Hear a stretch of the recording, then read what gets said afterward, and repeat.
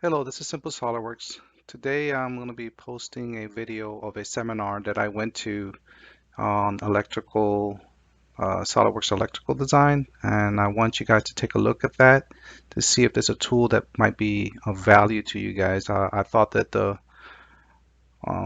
whole seminar itself was pretty useful and also very informative. So I'm going to be posting that right after this. Thank you.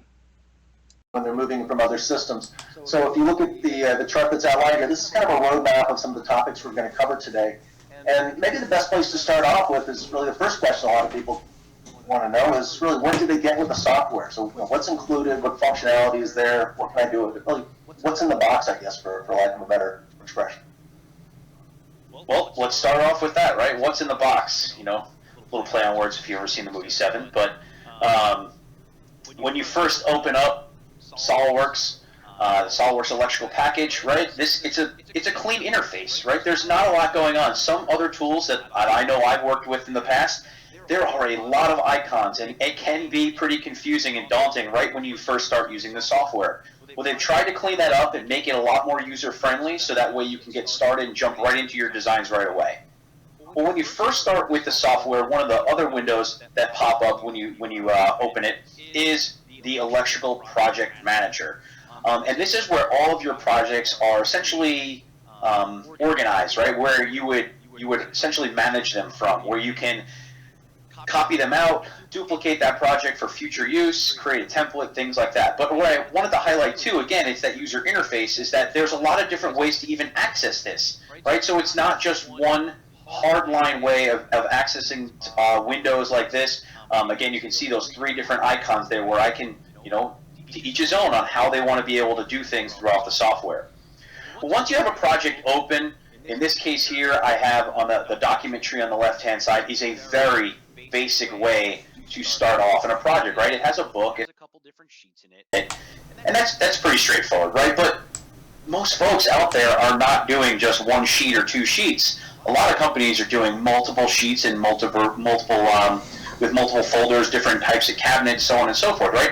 Well, it's totally customizable, and you can see here that I've taken those sheets and I've organized them in a little bit better fashion where I can break out my high level, my line drawings versus my power schematics versus my my control schematics, or even pneumatics in this case, right? So to each his own. You can put however much you want into the software, right? I use the term all the time. Joe likes to roll his eyes at me when I say it, but I think it's totally true. Garbage in, garbage out. The more you put into it, the more value you'll get out of it on the back end. Right? And within that project right there, there's, like I mentioned before, there's a lot of different types of sheets we can work with. In this case here, this is a high-level overview drawing or a line diagram or block diagram. A lot of different terminology for what that's called. But again, you can start to build out your schematic without really even thinking about it. You're building your bill of materials at the same time. Just another quick view of what a line diagram might look like. And then you also have your detailed schematic, where you could do something like this for an automation plant, where you have motor start circuits. Or you can start to get into maybe inside of a chassis where you have circuit boards and all the I/O that go between those boards with connectors. Again, there's a lot of different industries that utilize this software, and those are just two small examples. Then it comes down to all the different types of reports and other information that you can capture from that, right? This is just one small example of a two-from wireless. We also have a cable report with our bill of materials, and another version of a cable report that's set up on a vertical piping sheet or a vertical sheet instead, right? Again, it's totally customizable and easy to set up for your use. On top of that, there are other possibilities to use with this, in this case here, right? This is a cabinet layout view as well. Now, that was just a basic understanding of the different types of sheets, right? But what about all the information built into the designs, right? And one of the main things that I like to let people know about is the libraries. Because the libraries are set up in a certain fashion that, well, one, it's when the first time you go in there, you might go, oh, I don't understand this. But once you understand what I'm about to explain, it makes a lot more sense and much easier to use. So under the libraries, it's organized under symbols, 2D footprints, so on and so forth. You guys can read. I'm not going to read every single one of those. But the two main ones that we're going to work with today are the symbol management and the manufacturer parts. And why I'm bringing those up is if you notice on the left-hand side of each one of those windows that I have there, there are classifications, and this is really what helps us organize the information in the software. So if I go and drop in a symbol, a connector symbol in this case, it's going to know that when I try to assign it a manufacturer part, it's automatically going to filter to all of my connectors. So that way I don't have to worry about trying to filter through the thousands of different parts that I have in my library. It knows, okay, this is a connector. Let me filter that down for you and help you get to the right answer the first time. So very quickly, I went through just a basic what's in the box. There's so much more. We're going to cover a lot more in a few minutes here. Joe, do you have anything else to add to that? Yeah, I mean, thanks for that. That was a great kind of high-level overview of the schematics product. So what it looks like is that with this one tool, the designer could create all the documents they need. So that would be schematics of virtually any type. They can detail layout drawings, show how things are placed, and then it looks like it's generating all the reports as well. So really from what you described, also those libraries seem like they'd be critically important. And the one thing I'm curious about, I mean, most of our customers have asked us over and over again, is how do they ensure that they can get their content into those libraries so they can actually use it and take advantage of this tool? Well, Joe, that is a great question, and I think the general way to answer that is, or ask that question is, can we import data?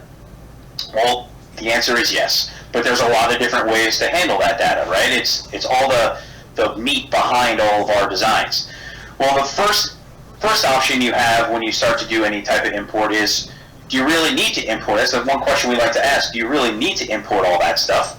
Because in this case here with our symbols, there are just over, in my case here, on my local setup here, I have just over 2,500 symbols, standardized symbols that are already built into the software, so I don't have to worry about going and finding them. Now, if there's a custom symbol, yes, of course, maybe you want to bring that in. And if you notice at the top of that screen here, where my mouse is, there is an option for import DWG. We're actually going to get into that, right? So I have the ability to import DWG files.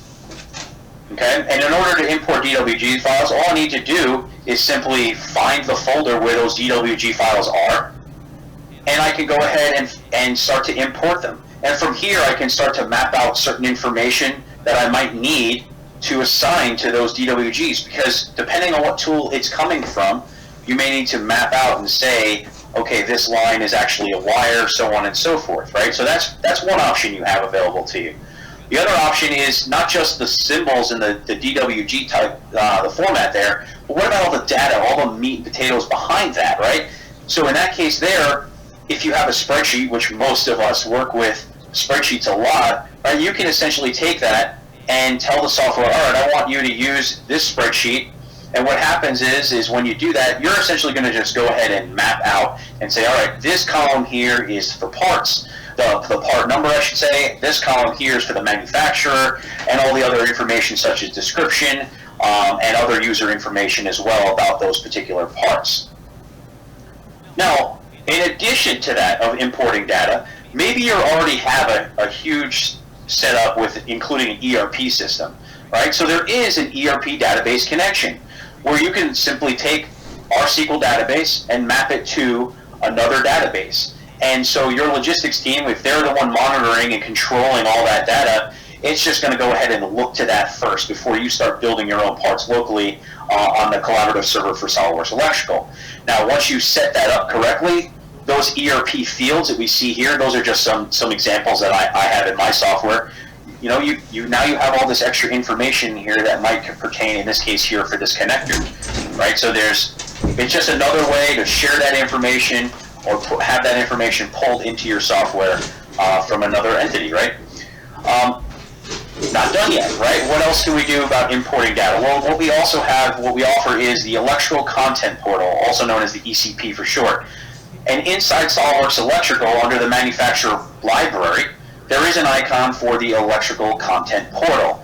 By selecting that, or just going to the browser, right, it will open up this browser here, and it'll allow me to search for parts. Now, the last time I checked, I think there were roughly 100 million, Joe. I don't remember I don't know the last time you went there, but I think it was somewhere in that neighborhood of the amount of parts.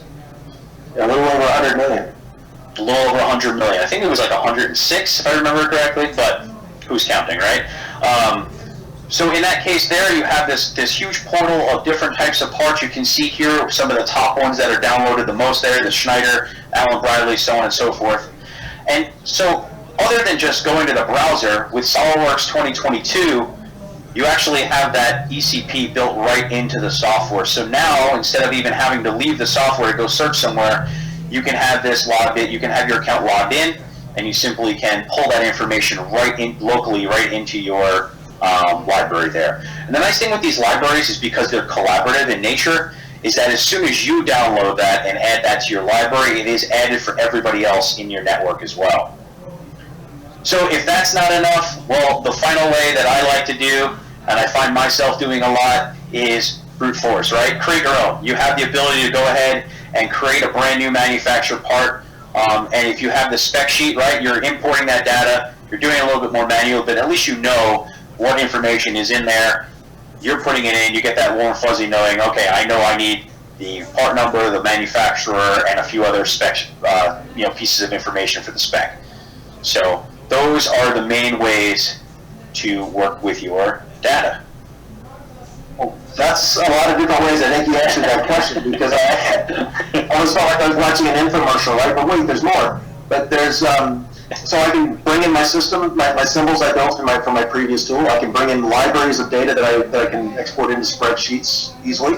I can go online to the ECP, get whatever I need, and I can even connect it real time to my company's ERP database, so that I can get real time information on the part. So that's and then when all that fails, there's always the brute force, just key the data in. So that's quite a variety. It sounds like all these options and different ways to get things done. It seems like the software could be very complex and maybe difficult to learn. What can you tell me about the user interface and how that contributes to learning curve?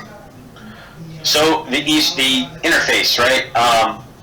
For my personal experience, I started using this just over 7 years ago now. When I first started using it, I was surprised. It's actually really easy to use, right? So let's actually jump in and take a look at SOLIDWORKS Electrical. So I've already got a project set up, okay, and I've got a schematic started, but let's build on this. Let's go ahead and build, remember that motor start circuit, that image I showed in the PowerPoint before? Pretty straightforward. I've already got a bus set up, so let's continue on with that particular circuit right there.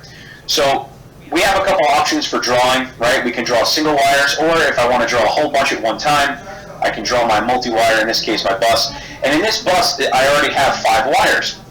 But I don't need to show all 5, so I can uncheck the ones that I want, or check on the ones that I need to use.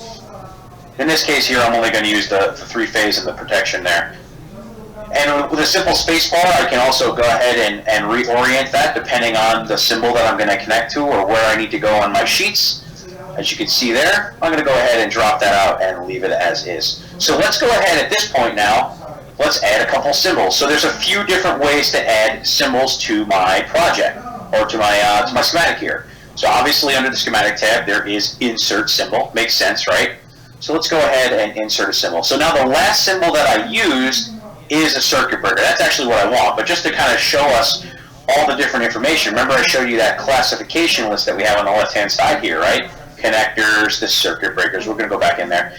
And now from here, you can, a lot of the default symbols that are already in the software. I'm going to go ahead and select this, and I'll drop this into place. Now one nice thing about this too is that if I need to move this, it heals the wires, so that way if I do have a to-from wire report that I need to calculate, it will capture that as well.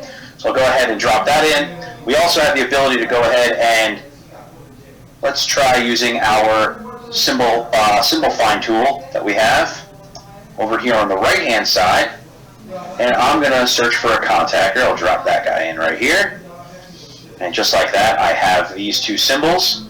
So let's keep going. I'm going to go back to my insert symbol tool, and let me add a motor, 3-phase. Now in years past, you always had to go ahead and try to connect this right to the edge of the wire here and then use the stretch command and move things around. Well, something really nice, I can just drop this into place. It trims those wires for me. I don't have to worry about it, right? So we're almost done, but usually that motor's out in the field. These are all in a cabinet somewhere. We got to put something in between these, right? So let's go ahead and add a quick terminal block Between these, I could insert one at a time, or in this case, I'm going to go ahead and insert all four of them, I should say, in one shot. Let's go ahead and drop that into place, and I'm going to call this TB1. The naming convention for this, it's totally up to you. It's totally customizable. I think the default in the software is X, but I personally think TB makes more sense, so I left it as that for this case. And just like that, I now have a new terminal block in my project. Right? So, real quick, that was super easy. I think it took a total of, with my explaining it, what, 3 minutes, maybe, not even, to add that circuit, Joe? How long did that take? That was very quick. So, and what it looks like now, you've got some, I mean, it looks perfect right now. So, yeah, maybe 2 or 3 minutes. But if I'm looking at that correctly, you know, that's just graphics, right? You're just symbols on the page right now, right? So absolutely, yeah.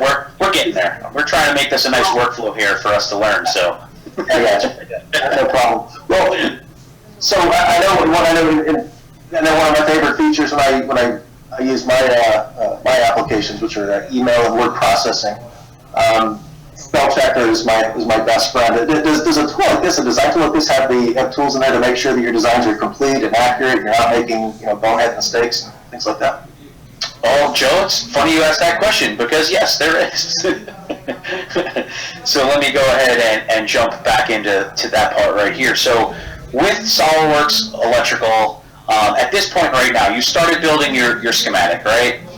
You could have already gone ahead and put your symbols in and started adding manufactured parts, but we want to show this because I think it's very valuable in the case of as your designs get more complex. You want to be able to check these as you go, right? Perform that sanity check. Check your work as you go, rather than wait till the very end and you have to go backtrack on a lot of stuff. So, as you can see on the screen, under the Electrical Project tab, we have reports and we have design rule checks, DRCs, we like to call them for short, right? They're very similar, but they're different. Now, that being said, right, this is a report, and I have on the left-hand side, I have a bill of materials grouped by manufacturer. And right now, I'm not showing anything because if you just watch what I did, I only added the symbols onto that bus. I did not add any actual manufacturer part. So this is going to be blank. But at the same time, the opposite of that is I also have components in my project with no manufacturer part information. So it's going to show everything I have that doesn't have a manufacturer part. So this is powerful, especially if I have hundreds and hundreds of symbols, and maybe I'm just trying to get it done. It's Friday afternoon, I just want to get my stuff done. Now I can come back in and check and go, oh man, I totally forgot to assign parts to this, this, this, and this, right? So now you can go in real quick, check those out, and make sure you've got everything set up.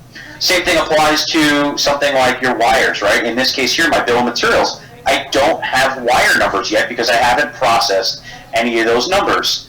So in the case of the design rule check, the DRC, I can come in and see, yeah, there's a lot of wires in my project that don't have marks on them yet. So again, it's just another way to look at it, but again, these are very valuable, especially while you're in the middle of doing your design. So you're saying at any point during the design, I can just check my work, see that I have a symbol, I have a circuit breaker like you drew, but maybe the system doesn't know what part number I've assigned. It doesn't know what strength circuit breaker it is, doesn't know the part number, the manufacturing of that, just knows that it's a breaker.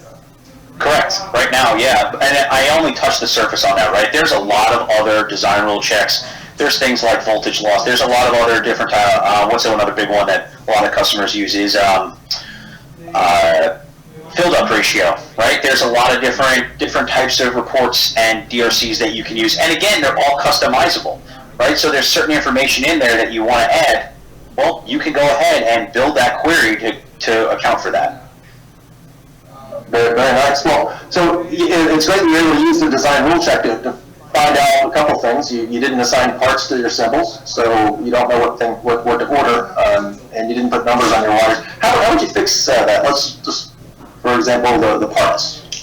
Well, let's go ahead and do that now. Let's go ahead and add that information as we need to into our symbols. So there's a few different things we can do, right? First thing we want to do is we have let's add some intelligence into these particular parts. So real quick, I'm going to go ahead and assign manufacturer parts. So there's a few different ways to go about that. I can simply double click on the part, or I can right click like I'm doing and assign manufacturer part, take me right to it. And I'm going to go ahead and search for the appropriate part. Now notice that when I select that, I've got these little green squares next to this. It gives me that nice warm fuzzy that's a good handshake to let me know that the manufacturer part information that I'm selecting is also matching the symbol and the connection points that are built into that symbol. So it lets me know that, okay, I'm picking a part that matches correctly, and we can go from there. You can override that. It's just nice to have that set up ahead of time. Go ahead and we'll do that also to our contactor. And it was this one here. And we'll go ahead and add it to our, where am I? There we go. Assign manufacturer part. And we'll grab this guy right here. Now I've added it to these three. One thing that I always like to point out too is, again, remember that term garbage in, garbage out, right? That spec sheet, that manufacturer part, there's a lot of information in there for this particular motor. Now, do I really need to show that it's IP55 or maybe there's some other information in there?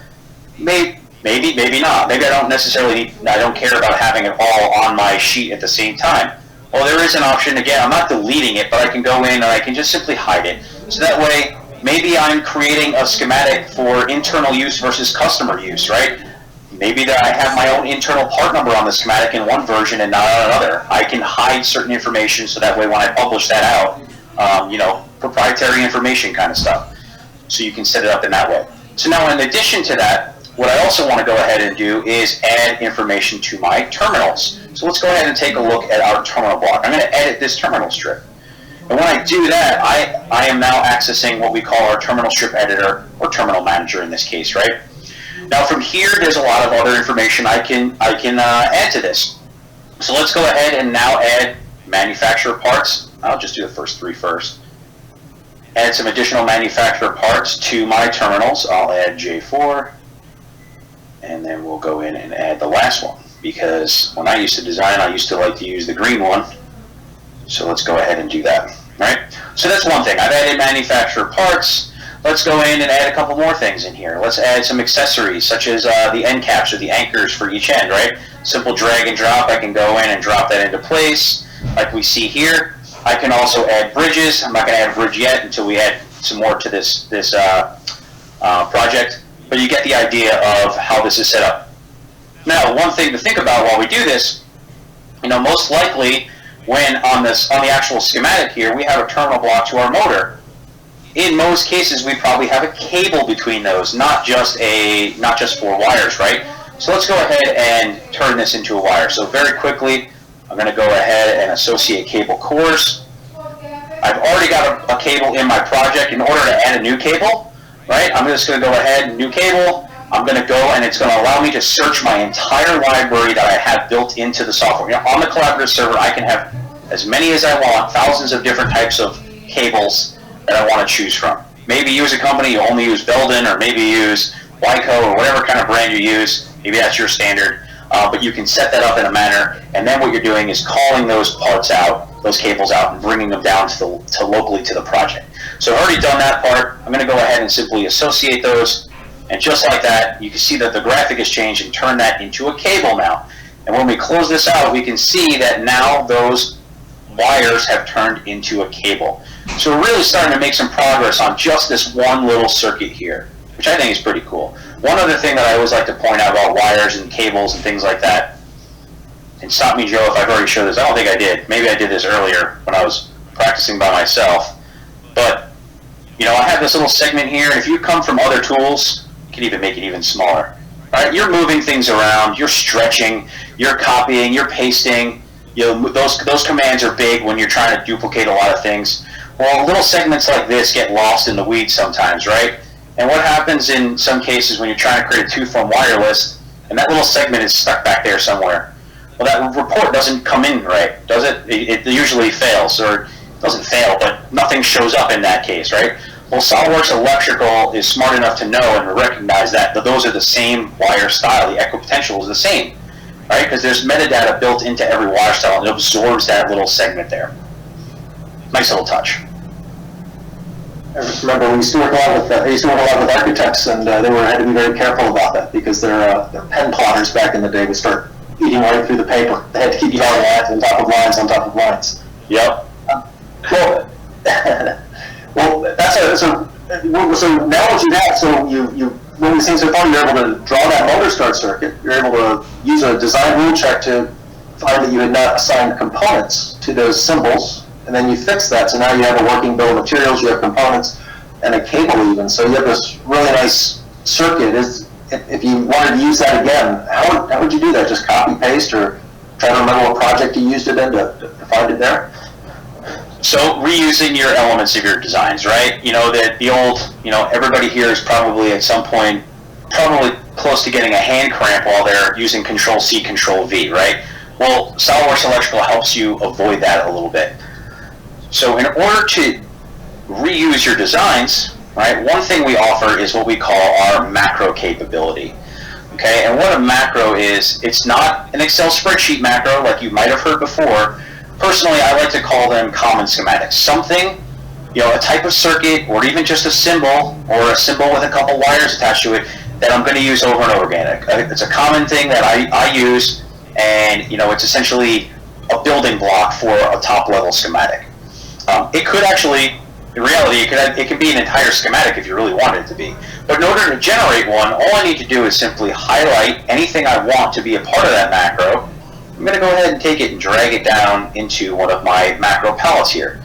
I can give it a new name, I can put it in a specific library, I can give it a description, and I'm going to go ahead and just simply copy that off, right? Now, you can see I've done it before, but let's go ahead and grab this, and I want to reuse it. So I'm going to go ahead and drop that right into place, right there, and just like that, I now have a whole new circuit, or piece of this circuit here. But more importantly, notice that it did not overwrite the existing information. I now have circuit CB2, K2. I still have TB1, but now I have 5, 6, 7, 8, and I have motor 2 in here. Okay, so it's building on top of itself. So imagine trying to do this again. You could copy paste this, okay?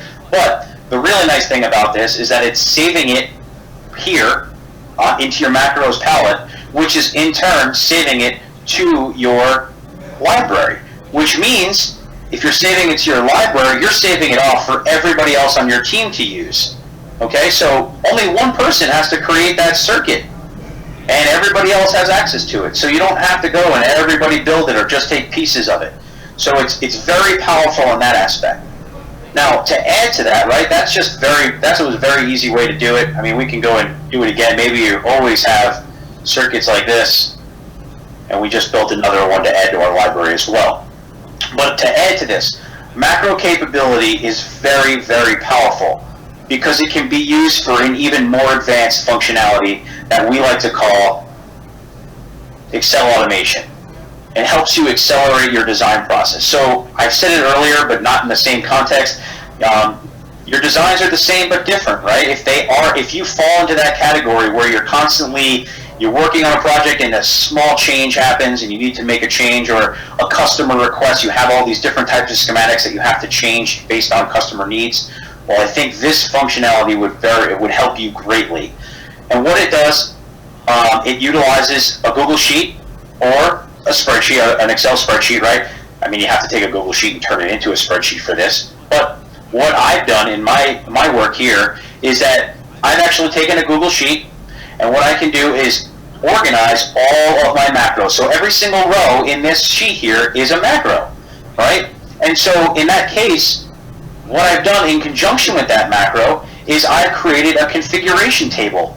So now I have lists on a third sheet that you can't see, but now I can take this sheet, which is online, a Google form, right, a Google Sheet, and I can give it to my sales team and say, all right, when you're talking to the customer, start capturing information now from them, right? All these drop-down menus, what are these extra features do they want? How do you want this set up? And now the sales rep is helping you, or whoever it may be who's taking orders, can help you start your design even earlier on than waiting for them to get back to the office. Because all they need to do is take that sheet, save it off as a spreadsheet after those drop downs have been selected, and they pass that off, and now you can create a full schematic based off of that. It's a very powerful feature. We have a few customers who bought the software, started with this, and they have streamlined their process completely based on just this functionality alone. It's extremely powerful. So that's a pretty incredible overview of reusing data. So you said everything is from simple copy paste, which I guess makes sense if you're working in the same document, to macros that get shared with the team. So taking that circuit and being able to use it anytime you need, and then with that Excel automation, you can effectively build a configurator to assemble projects out of all of those macros that you built already. So that's and the other piece of it, right? What happens when you turn your computer off if you're just using copy paste, right? That information goes away. You got to redo it again, find the old project. This is saving it off your library, so you don't have to worry about that part of it. I had a client share with me recently. They spend as much as 8 hours looking through old projects just to find footprints to put on their panel layouts, and that's I think, in my opinion, and certainly in their opinion as well, because they made a switch, an incredibly blatant waste of engineering resources to have people scouring old projects for a symbol. It's absolutely crazy. So you've shown a really great way to get around that. And besides automating this reuse of content, though, what other ways is electrical going to make me faster? I mean, if companies work with really complex devices like very dense connectors like you find in automotive or aerospace, or they work with PLCs for large factories that need all kinds of automation and sensor input. How does this help me with that? So there's two things. Let's talk about two different things in that aspect, right? In regards to connectors, in regards to PLCs, if you're going to go ahead and add a connector or even a PLC, you do have the ability to just simply insert it as a symbol and assign that PLC, that manufacturer part information to it. It works. Don't get me wrong, I use it all the time still. 4-pin connector, I'm just going to grab a 4-pin symbol, drop it into place, pins 1, 2, 3, 4, right? But there are times where maybe I'm working with anything larger than that, specifically something like a 30-pin connector, where I don't want to show all those pins at the same time. So what I'm going to do is use what we call our dynamic connector, or a connector wizard, for lack of a better term, right? So first, before I even pick a symbol, I'm going to try to find the manufacturer part that I want to use. In this case here, I'm just going to use a 9-pin, just for all intents and purposes, Amphenol connector. Oh, I don't think I added it. 1 second, let me do that again. And now I'm going to go ahead and get ready to add that to my sheet. Okay, so I have my 9-pin connectors, but on the left-hand side, there's this menu option here that I have on what do I want this symbol to look like. Do I want to have rounded edges, or do I want to have straight? Maybe it's jack versus plug, right? Some companies like to show that. So you have that option of whether or not you want to do that. You can also show the zigzag at the bottom to let you know whether or not it's going to be continued on to the next another section. Again, I mentioned this is only 9-pin, but I mentioned that 30-pin connector. If you're good enough to get all 30 pins on one sheet, that's awesome. Hats off to you, right? In a sheet like this, 30 pins, it's kind of tight to try to get them all there. 50-pin, right? So maybe you want to break it out, and maybe you want to do just a handful of pins to start, right? Or you have the option of maybe reorganizing these. I can take pins, my D pin here, and move it to the top. And I'll just make it DACB.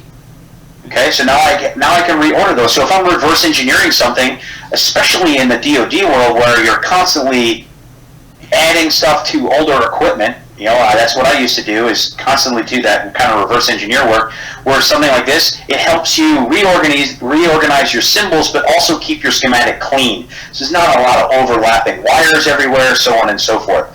So from that, I'm going to go ahead and drop the rest of them into place, and you can see that we have our connector finished out right there. So once we do that, obviously, sorry. I was saying you can just break that up as many times as you need. Do they have to be all on the same page, or is it very flexible? No, I could have dropped this one up onto another page, onto a third page. I could have separated the pages, page 1 and page 47 for all intents and purposes. So once you have these on here, then you can start to draw your wires. I mean, you can draw your wires first if you want to, but you can finish out your schematic. So that's just one way to help get your connectors. They all standardized, right? They all start to look the same. And 2 is it's just very quick. Already picking the manufacturer part, and you can drop it into place, and then kind of strategically change things if you need to. Now, other than the connectors, right, we also have PLCs. And in order to add a PLC, well, I have a PLC in my project already. I already have my IOs. You can see all the different IOs I have associated to this particular PLC. But more importantly, you can see over here on the right-hand side, I have the column called Associated Macro. You guessed it again, right there, macro. What this does is it allows me to assign a smaller, essentially a miniature macro. I mean, it doesn't have to be miniature, but it makes sense to do it. You'll see why in a second.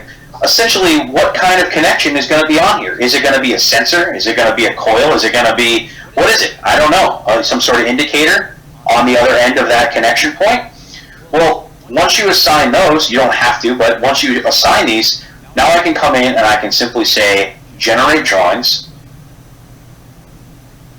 And notice on the left-hand side, we'll see in the bottom here in a second, we're right in the middle of the project, I think I set it up. Yep. As soon as we get that, there we go.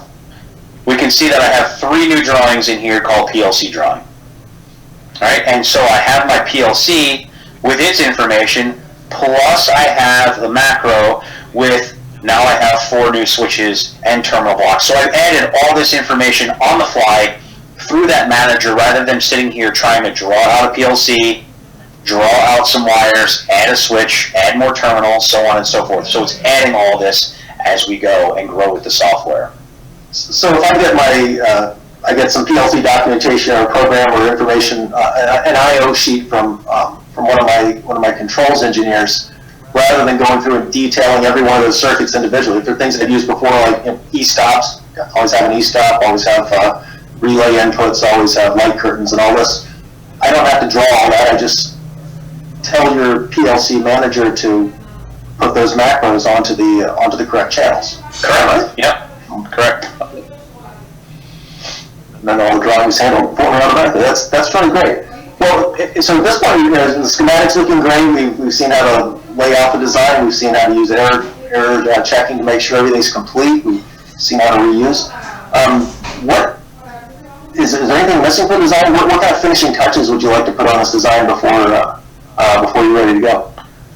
So I think a good way to generalize that is, how do we get our project ready for release, right? How do I prepare them to get them ready to send them out the door? So let's go ahead and take a look at that. So back in SolidWorks Electrical, we talked about our design rule checks, right? So now that we've added a lot of manufacturer parts, notice before when I did that, we had a full list of all the different parts in our componentry, right? The components here, they were all here because none of them had manufacturer part information. But now, there's nothing here because every single part has been added. Now, on this side, wires without mark, well, we didn't assign any wire numbers to this yet. So let's go ahead and do that real quick. I'm going to add some wire numbers. This is normally where a lot of our customers would go out and intern and say, start making some post boxes. I don't miss the days of trying to manually number wires. I will say that's one thing I do not miss. So with 2 clicks of the mouse, I've gone ahead and obviously this is a smaller schematic. This isn't super robust, but at the same time you saw how quick that was.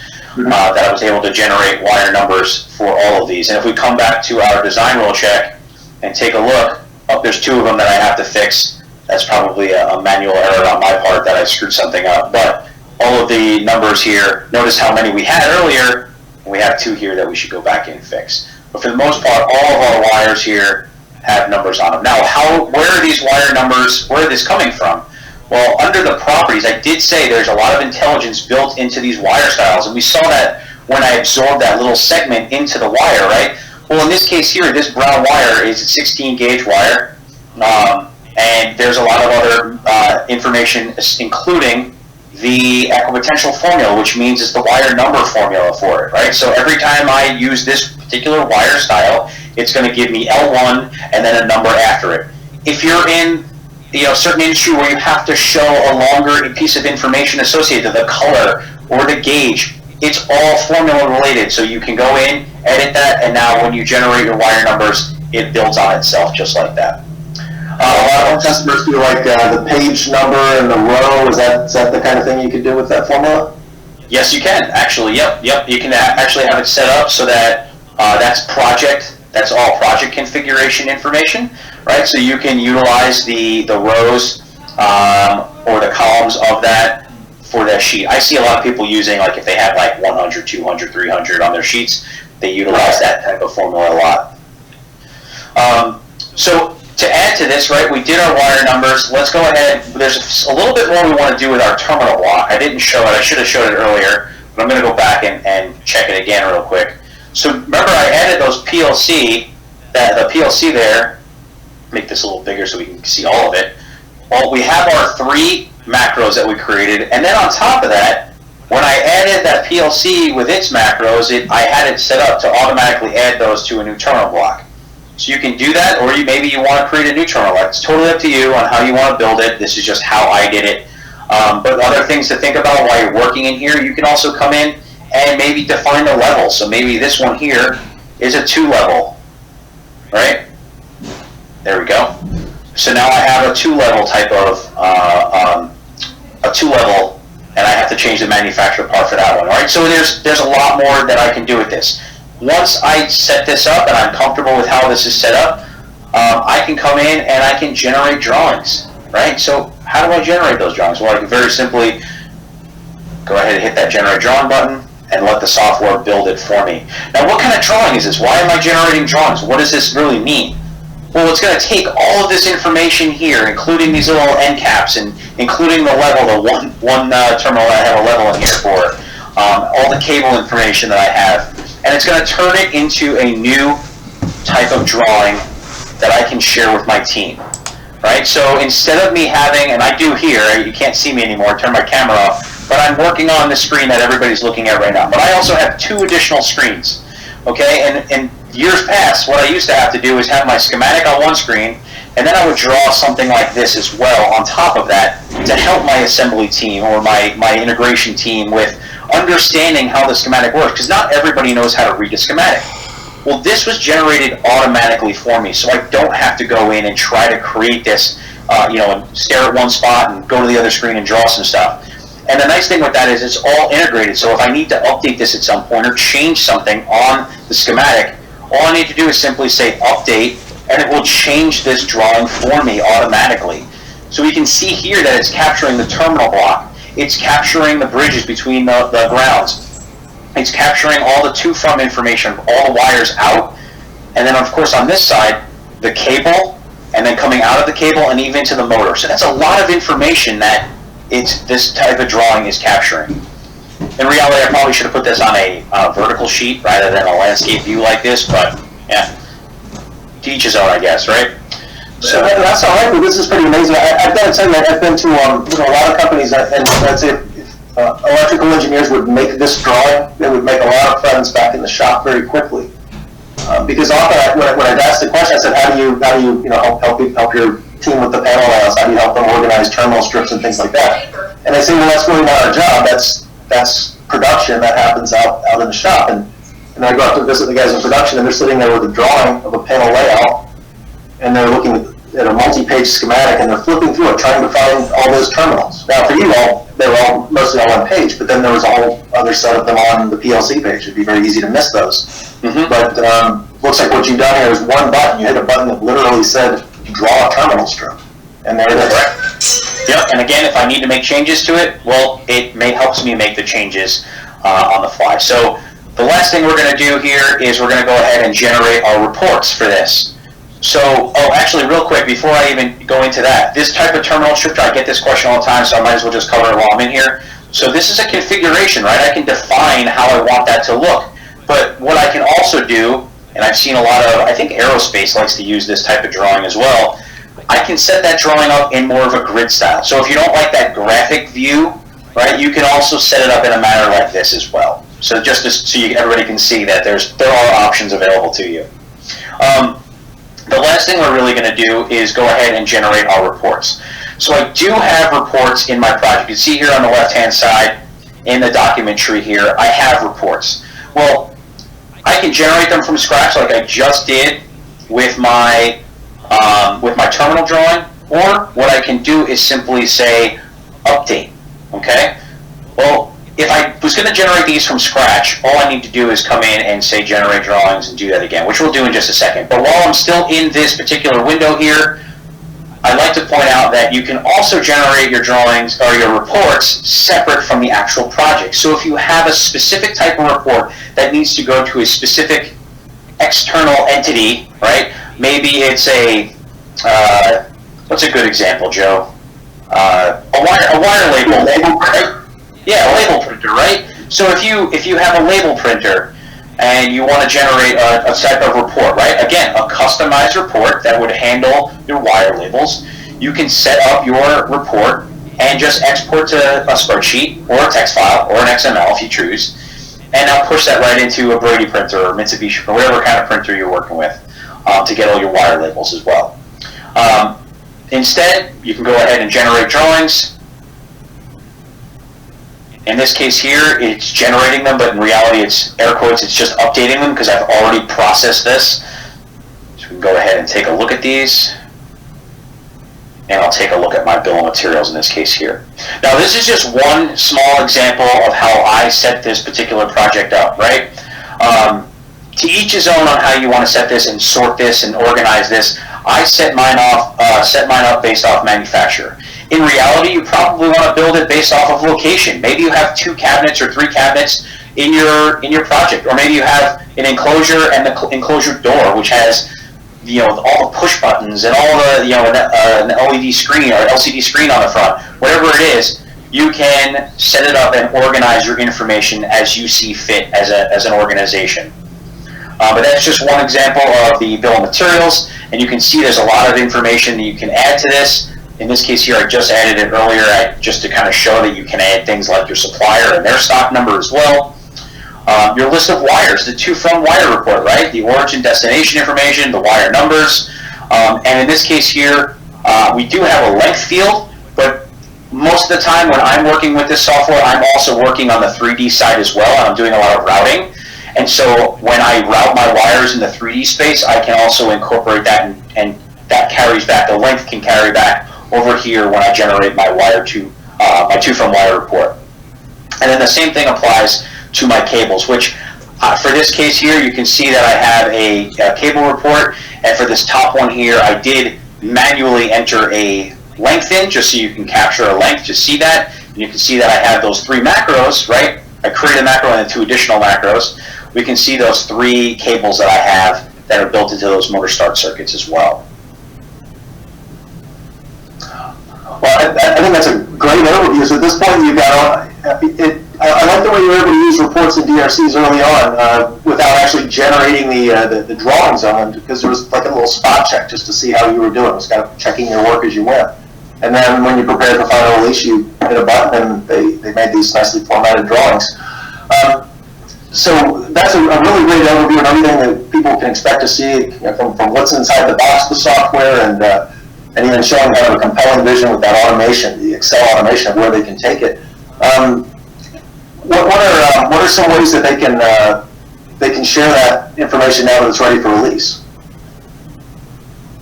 So sharing your projects with, for release, typically we're trying to share them with our customers, our team, subcontractors, so on and so forth. So let's go ahead and take a quick look. So one thing that I think gets overlooked a lot is this functionality under the import-export capabilities, is the export to Excel, which also includes import from Excel. And what that really means is that I can actually export specific data that's already built into my project, and I can manipulate it however I see fit, right? I can manipulate certain metadata, and I can push that back in, which will change the information back in those fields that they originally came from in the project. So there's a few customers that I know, some teams that I've worked with that have utilized this because they have special sensing equipment connected to steam equipment, for example, that they have to monitor, and they have to be able to push that back into the software. And this is a great way for them to do that, is by utilizing this functionality right here. I guess, Joe, what was the terminology? Almost like a bulk You're not pulling it in and leaving it there. You're going to go in. This is really for data manipulation back and forth. Yeah, it's having a bulk offline data editing or processing. So, example I've seen is, maybe a customer needed their project in another language due to where the manufacturing or building was going to take place. Well, they don't want their engineers going through a CAD file in SolidWorks Electrical and adding in all that multi-language text, but they can dump the data out in Excel, have a service bureau fill in whatever the missing language is and push it right back into the software. So without using SolidWorks Electrical, without tying up a license, and without requiring someone to get trained on the product, you can add tons of information back into your project where maybe it was missing. Standardizing part descriptions, all kinds of things. There's a lot of applications. Thanks, Joe. So other than those, obviously we're still talking about a little bit of import, export type of stuff here, mainly export, right? Where do I want to push my project to? Well, you do have the ability to publish it to eDrawings, and you can get a view of something like this, right? A cabinet layout view where you capture that symbol and turn it into a cabinet view and push it to eDrawings. Or you can go ahead and export your project or specific files from your project to a DWG. Maybe you want to be able to view them in something like DraftSite. You can do that as well, or DXF. And then the final one, which I see used almost 99% of the time, which is exporting to a PDF. Right, so you have the ability to pick and choose and place those spots where you want. This is I like this way. Most people like this way, being able to take that and push that information. One nice feature about SolidWorks Electrical now with 2022 is you can actually include the spec data. So one thing I didn't show earlier that is very powerful too is that I can include spec sheets right in my project. Right, so those PDFs of the power supply or a connector and the pinouts, the specific pinouts for something that are in a PDF, you can include that in your project. So if that information, that third-party information, needs to be included in your project that you're about to export, you can do that. Taking a quick look at what a project would look like. There we go. I have a basic view of what this home brewery would look like here, right? And nice thing with this is that I can go in and they're all hyperlinked. Right? There's a lot of hyperlinks in here so I can see back and forth. So the days of having the old 11 by 17 book and a fluke in your hand when you're out in the field and a cabinet, and it's hot. Now you can have a ruggedized iPad and, it's a lot less weight and moving around with that giant book in your hand. So that's super helpful as well. That's great. Yeah, thanks for showing that. I like that last schematic too. It was showing we could see electrical. It looks like and some fluid contacts and valves on that as well. So really showing some diversity there with what you can document. So really appreciate the overview. I hope this has been enlightening. I guess the question that the new user might expect is that after they've worked with the software for a while, how might they be able to integrate this with other SolidWorks solutions? Most of the people getting SolidWorks Electrical already have SolidWorks, for example. Correct. So the last thing here is being able to connect to all the different tools that we offer, right? SolidWorks PDM being the biggest one. We get this question all the time. This is a quick view of what the SolidWorks PDM interface would look like. So if you're using PDM, you might be familiar with a lot of this terminology here, right? Check in, check out, show the card, change state. Those are things that you can now do with SolidWorks Electrical as well. It's just a matter of mapping certain things together between the PDM side and the electrical side and make sure that certain information is being passed back and forth. In addition to that, right, not everybody's using PDM. Maybe they're using another version, another data management tool. Well, right in the project manager, there is an option for update files for PDM. Right, so what that does is it allows you to take all the files from your project and it puts it into a folder. And now inside of this particular folder, there are subfolders, and within all those subfolders essentially is all the project data. Right, so now you can take that folder and store it off by any means you need to with this file structure that we see here. Okay, so if I'm using any other PDM system, or maybe or even no PDM system, frankly, this could be a very convenient way to prepare all those final updated documents and put them all in one place for whoever's consumption. Okay. Yep. So in addition to the PDM side, obviously I touched on routing a little bit. We didn't go into that path right now. This is really focused on the 2D side. But you do have the capability of diving into that down the road. We do recommend you start on the 2D side before you really jump headfirst into 3D, but This is something that a lot of customers are interested in. And so what that does is it allows you to connect your symbols and your wires, mainly your symbol, your components, to solid parts, solid assemblies that we have in the 3D side. And from there, with a little bit of intelligence, you can go in, but I don't mean that, I mean like your components have intelligence built into it. You can go in and route your wires, right? And then from there, once you route your wires, you then have the ability to create things like this, right? A harness drawing, things that are valuable for your team, but also if you need to have a harness built, right? You can pass this off to your harness subcontractor, so on and so forth, right? Addition to that, right? You have the 3D side of the house. Well, on top of the 3D stuff, you also have SolidWorks drawings and SolidWorks CAM. Now, I bring this up because as a former designer, right, and having to work a systems engineer type thing, where I had to help design the panel cutouts and stuff because I knew what connectors we were using. I knew how things needed to be laid out to make sure that everything was nice and laid out for the inside of all the components inside the box, right? Well, the really nice thing about this is that the component with a feature called Smart Components, you can actually have this set up so that you are driving the design as well on the panel as well as the box as a whole, right? So it's all encompassing. I hope that made sense what I just said, right? But you have the component from the electrical schematic tied to the 3D model, which is then tied to your drawings. So if you need to change things and move things around in the 3D model, maybe you have to add a couple more connectors. This is where, this is very powerful, because now when you need to actually send this to the shop to have them cut it, it's a lot less legwork. You don't have to redo all those dimensions. You have everything set up nice the first time. This is extremely powerful. In addition to those, two more things is the simulation side, right? Heat transfer is a big thing. Running a thermal analysis, so SolidWorks simulation, you can run a really awesome thermal analysis and see what is, where do I need to move things around and make sure that ventilation is correct in my cabinets. And then from there, maybe you want to really bring your designs to life. Maybe you want to create some really awesome pictures for your website, for your for brochures, or just for social media purposes on what your designs look like before you actually get to a full production model. This is just something to add to that at the end there. So with that said, that was 10 different questions that I kind of dove down different paths for. But as you can see, that was a big workflow, right? Oh, I don't want to show that yet. We'll get to that. But we have that workflow of all the different, where you start with the box and how you can even end, including integrating all of your information.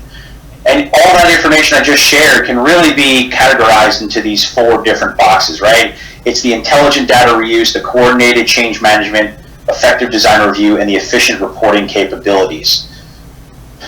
Joe, do you have anything to add to that? I just talked straight for... You sure did. So take a breath for a couple seconds. I think this is a really great way to sum it up right here. And I'll say that from my experience with this product over the last several years, I've seen so many companies dramatically improve the way that they work.